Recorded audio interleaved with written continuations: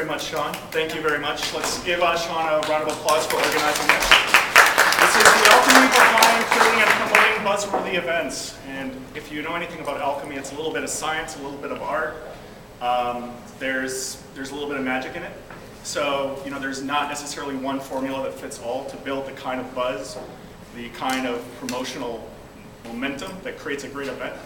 But I know that everyone here with their diverse points of view will give some idea of what it takes to build something that helps you get some visibility in a scene that's especially here, where, as many people here know, it's extraordinarily crowded and very tough to get that kind of visibility and headroom where you can be seen and be known.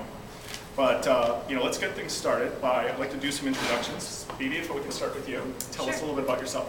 So I'm BiBi Jackson. I'm the Director of Marketing for all of the GDC events. We have 2 international and 2 domestics. We have GDC San Francisco, which just took place in March. We're getting ready for GDC Europe, GDC China, and then we have GDC Next, one of our newest babies to the family.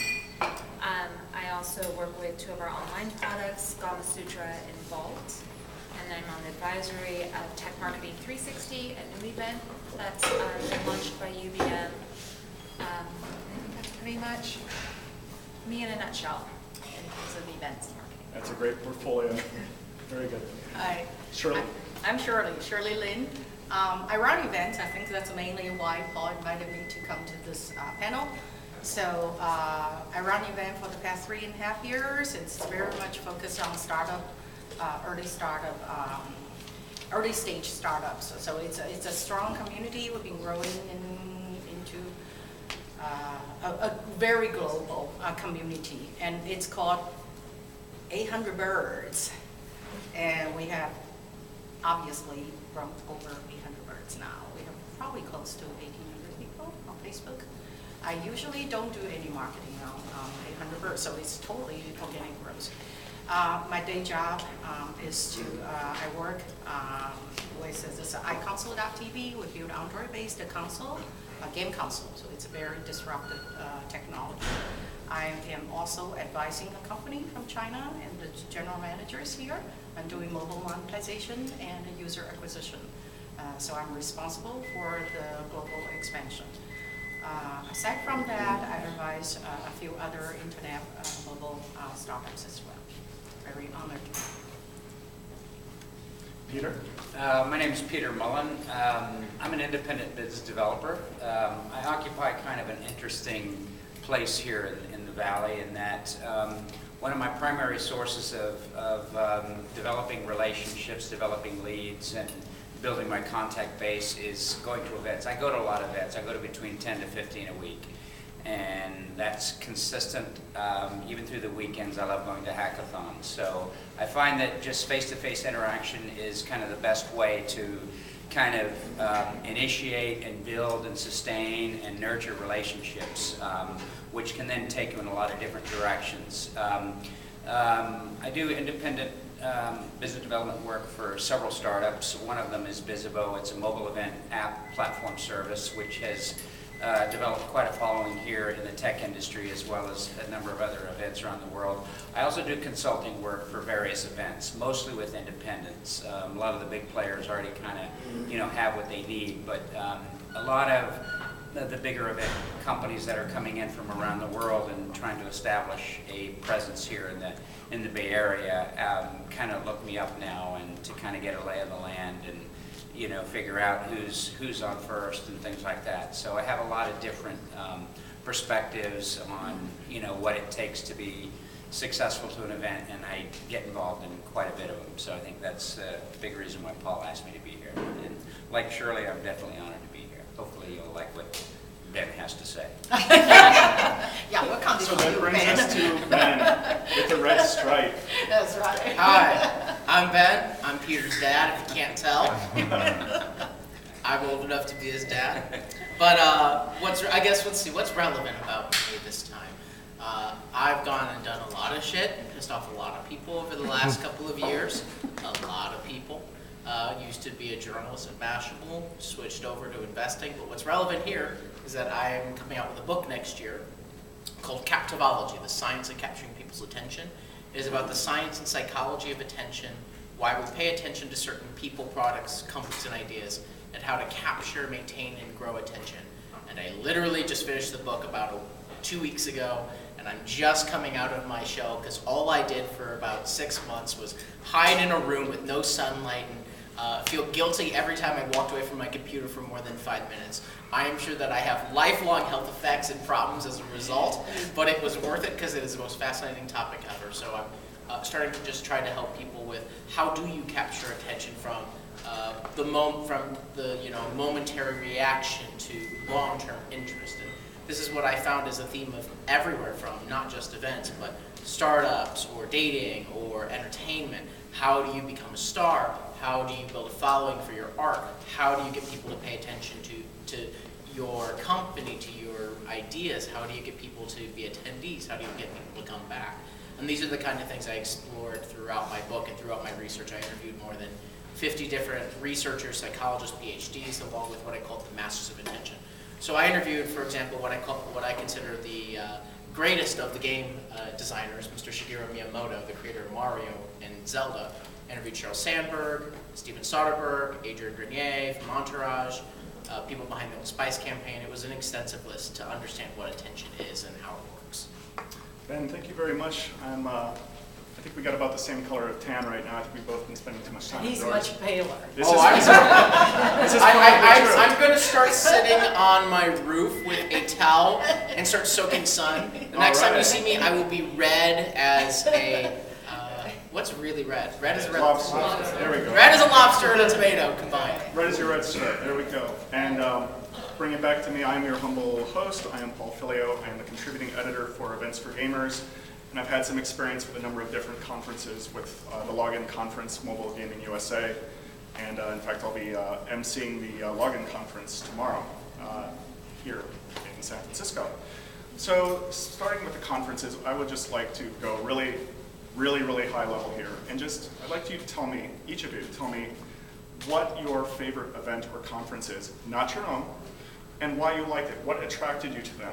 What about it that you remember? What was that value proposition about them that was really, that stays with you after all the time? And you've all been to so many, so I'm very curious to see what you have. BiBi, if we can start with you. GDC, of course. No. It can't be my own. It can be your own. Oh, you So can just like pick your own. it would be, I mean, I love GDC, and there's a lot of reasons why, but Aside from it's what brought me into the game industry. But Aside from GDC, something that you've attended in the past, maybe before GDC. And if it doesn't apply to you, or if you don't, or if it's like too Blackout was delicate. great, but I was on that one too. Probably, I really liked EMC World.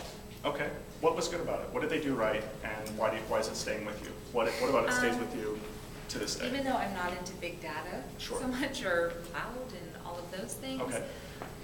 they really do a good job of knowing who their target audience is and capturing that and providing sessions and content, everything that's really relevant. I didn't feel like there was a bunch of extra noise, which tends to happen with events. There's just so much stuff, and I bombard you, and it's really not relevant, and you sit there and think, okay, do you really know who I am and why I should be spending money to come, especially conferences that are expensive? Right. And I just didn't feel that way.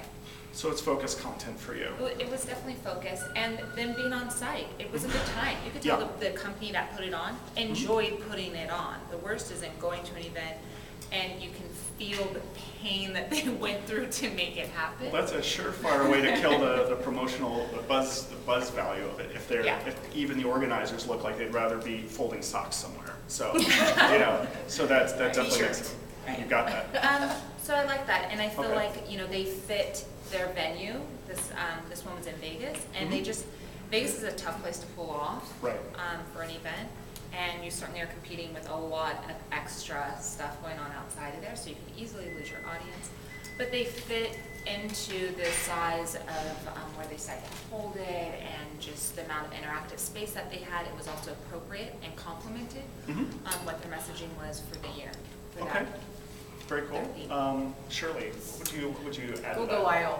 no doubt. Google it. Google I it. have seen your social media posts. Yes, You're always so I- enthusiastic I'm about going. basically a, Yeah. geek by my heart. So even though I'm doing BizDev, I have no clue why I got into the BizDev. Never I expected. But Google I.O., tremendous energy. That's just uncomparable to any other conferences I've ever been. And I've been to a lot of conferences, including CES and all that kind of things. And it's just the kind of energy and the kind of buzz they can create. It's just so organic. They didn't really promote it. But the fact that it's so hard to get the ticket, I've been going every year except the past 2 years, and I got lucky again this year. And I'll be paid any dollar. Anything they want to charge me, I just, yes, here's my credit card, I'm going. And also, They're giving everybody a car this year, you know. That's part of it. I was curious about that I'm too. waiting. Everyone's getting a Yeah. self-driving car some year. I'm waiting for that. And then the other one is the Facebook conference. And also, I guess because my space is very much in mobile and gaming, so people in this space, how many people in gaming? I know a bunch of my friends in gaming, right? And so it's just that this, maybe people involved in this sector are just very no format. They want the real content in the conferences, you know, and so this is by far probably. So its relevance to you, it's the energy as well. Right. So I see two people. And it's who not both too- mention energy. And, It's also not okay. too complex and layers of the tracks of things, Okay. like CS, or, I love GDC too, but when it gets so complex, or so many sessions, you get lost, you know, you're running in between, and plus doing BizDev, you want to meet with people. I've been to GDC several times. I mean, the companies I work with pay huge money, but I never got to go to any session. I basically was just networking, right? But Google I.O., it's much about it. You are dying to go to the sessions because you can learn some new technology they are announcing about it. And so there's just a lot of energy on that. All right, very good. Peter? Okay, this is kind of a tough one, but I'll just say the Launch Festival that's put on by Jason Calacanis. It has a lot of elements of everything. I mean, I go to a lot of events and I see all over the map, and I go to independents, I go to meetups, I go to big corporate produced events, and those are kind of, those are kind of unfair because they have unlimited budgets, and so they can really lay it on in terms of the food and the venue and stuff. But in terms of, it's accessible to everybody. There's literally something there for everyone. The different types of audiences. If you're a big corporate type, or whether you're a startup, or whether you're anything in between, there's something there for you. It has good content. It's a great venue. They have good food. Plenty of Wi-Fi. So there's just a lot of different things. So it has a good audience and great content. So there's just so many things that go into an event. And obviously the event producers understand how difficult it is to kind of keep all these things in balance, because you're always going to have people or constituencies or things that aren't happy about one thing or another, or things go wrong. And so you really need that kind of balance. So if one thing doesn't work out or whatever, you've got other things to kind of make up for it. But that one just kind of has it all in terms of everything you want out of an event. Great. And Ben, what about you? You've been to quite a few yourself. There's, You've been to a lot. I've been to a lot. Yeah. I've been across the board and Yeah. town and all, but I would say, I'm going to say Founders and the Summit. And this is a conference that happens in Dublin every year. It's 2 conferences. And I'll explain a little bit, and each one is just done really well. The Summit is the big one. 20,000 people this coming year, 13,000 last year. Huge audience, biggest tech conference in Europe now. It's even eclipsed the web. But they find a way to have the production values be sky high, having 3 different tracks or 4 different tracks going on at the same time, with all these different fun events happening everywhere throughout. Able to manage the entire infrastructure of the whole thing, really high production values. They had they convinced the NASDAQ to fly out and ring the opening bell in Dublin in the afternoon, and it was fun to be on stage when they did that. But part of the reason they get such great speakers is because they pair it with another conference called Founders, and Founders is an invite-only 150-person conference, and they invite top founders of tech companies and a few investors and a few press. And basically, it's the most pampering I've ever experienced in my entire life. Literally, you wake up, and then there'll be beer for you when you wake up. And then you'll walk, like, this is literally the kind of thing that happens. They will be like, they throw a dinner in a cathedral, and they have the founder of Riverdance put on a Riverdance show.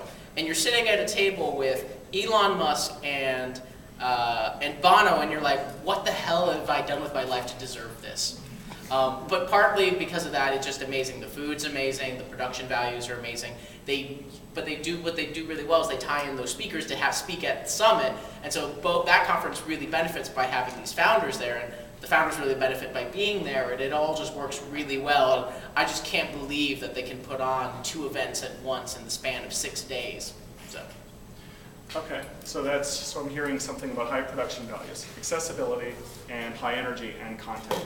So, food too. And food. So it's the perks, it's the amenities. And when you mentioned Google I/O, Ben touched on it. There's a certain kind of perk that goes with getting a ticket.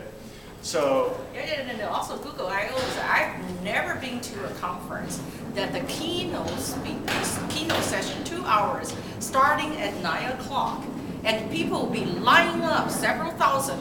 I mean, you're talking about geeks getting up at 8 o'clock? Yeah. 8 o'clock, you go to Moscone, it's round and round. The Geeks production- don't get up. The production values are amazing, and they're really well prepared for the talks. Yeah, and then also in the keynote, the most spectacular thing is that they know. I mean, Google didn't throw this in vain. They know throughout the keynote session, 2 hours, that keep coming up with the peak, generate this kind of, just get you really, really excited. I mean, the roaring in the room, just crazy. I've never been to any conference. Anybody work for Intel here? No? I've been to Intel conference. Great food, great facility. Keynote 9 o'clock. A room for 500 people. They have 30 people. well, there you go. So it's definitely it's high production Don't values. tell Intel about it. We love Intel. No, I don't think there's any haters for it. Just a comparison. Yeah. But no, so it's high production values, energy, quality of content, accessibility.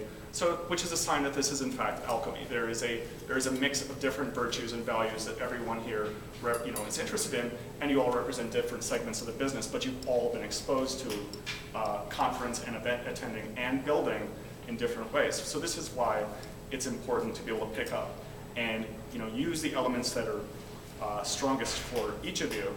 But I'm going to let you guys get into that in more specific detail. But I want to ask you. I want to flip the script a little bit, and I want to, anyone who wants to answer this. What's the buzz killington for any event? What kills the buzz? What kills the momentum for it? Is it something like controversy, like the programmer type of controversies? Is it something like you said, lack of energy, lack of enthusiasm? What kills the interest in it if you've attended it or helped to build it and you've seen it around you and you've seen it in the attendees or the speakers or the sponsors? What, in your experience, kills buzz? If anyone wants to field that one.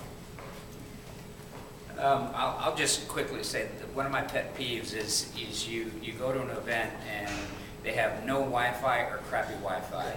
I'm seeing a lot of nods in the room, yeah. Content notwithstanding, audience, people, food, whatever, but if they don't have Wi-Fi, you can't get anything done. You can't tweet, you can't, you can't give the event some buzz.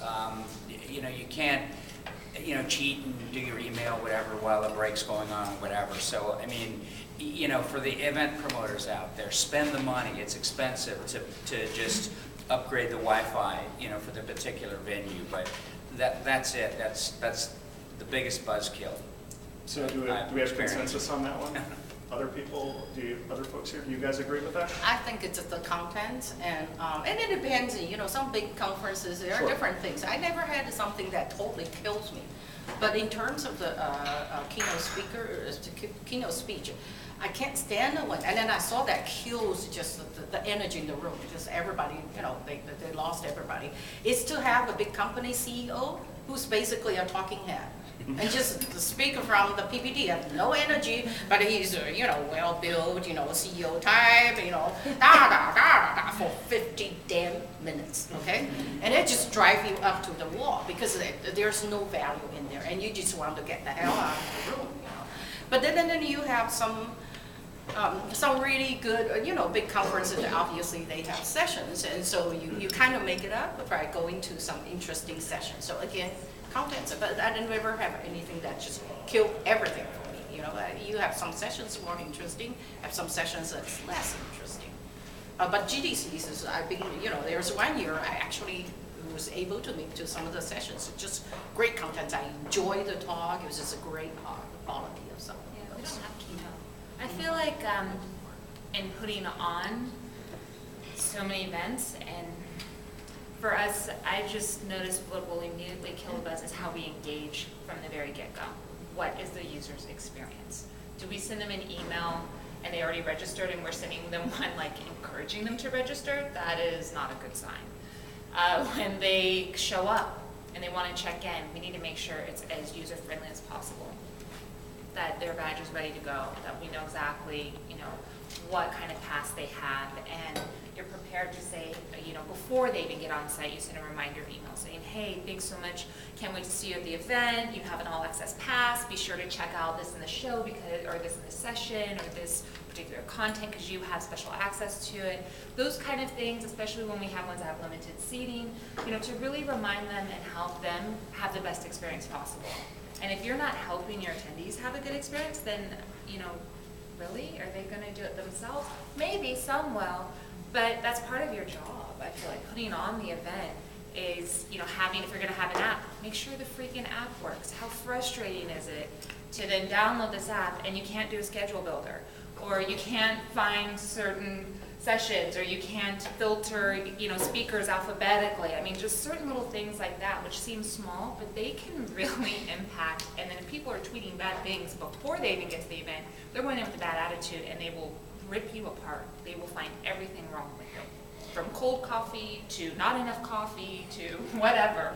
Well, attendees will always find, there will be some attendees who will just complain regardless. So, But if they're you can already minimize that. But if they're already in the frame of reference to complain, they will always find more things, and that's actually a scientific fact, because people, based on their frame of reference, totally, like there are lots of little things that will change people's frame of reference if you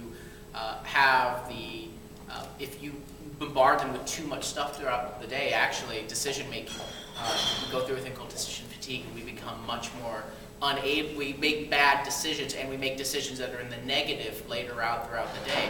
So you have to give people those breaks. But the thing I was going to say is a different one from my book, actually, which is a lack of surprises is actually, in my opinion, a killer of events. And so this is one of the triggers. It's called the disruption trigger in my book, and essentially it's based off the theory of the violation of expectations, which is that we are forced to pay attention to the things that violate our expectations because we need to resolve the discrepancy involved. And so, as an example, if, say, Sean and I are on a date, and suddenly we're just like talking, and then suddenly some person, a stranger, just comes, sits down, and doesn't say a word. We're going to pay attention to that person, right? And the reason why is because they've done something that's not supposed to happen. And so we go through this process of trying to figure out whether positively or negatively what happened and why, because we need to understand it. And we'll pay attention until then. Is this person a creeper? Is this person someone I actually know? Is this my long-lost son? Who knows? But in the same kind of vein, the lack of surprises are also considered by the human mind as achievements, as reward. It gives it a dopamine kick. And you want to have people get the dopamine kick. It provides motivation. It leads to pleasure, all that sort of thing. And so events that go by the book, that don't provide a kind of surprise at some point for their attendees always fail, because it says like, yeah, it was whatever I expected. But, for example, the Founders event, I remember coming into my room one night and there was a 12-year bottle of Jameson whiskey with my name on it. I didn't expect it, but wow, that's amazing. But even something much smaller, so something you don't expect. It could be something on stage, a surprise speaker, maybe announced at the last minute, or something else that surprises people, or a surprise during a presentation, or some kind of cool little thing that's at the event. Like Google will always have some kind of surprising, not just a surprise announcement at theirs, if we're going to go out, because I.O. is a great conference too, but also some kind of surprising interactive feature that everyone wants to try that people talk about. But you have to have the surprise, at least a few of them. You've got to delight people, reward them for being there. So it's the little things, like you said, the little things that can overcome or balance out some of the things like cold coffee. It doesn't matter if you get something nice or you experience some sort of engagement. So it sounds like increased engagement, but be surprised by it.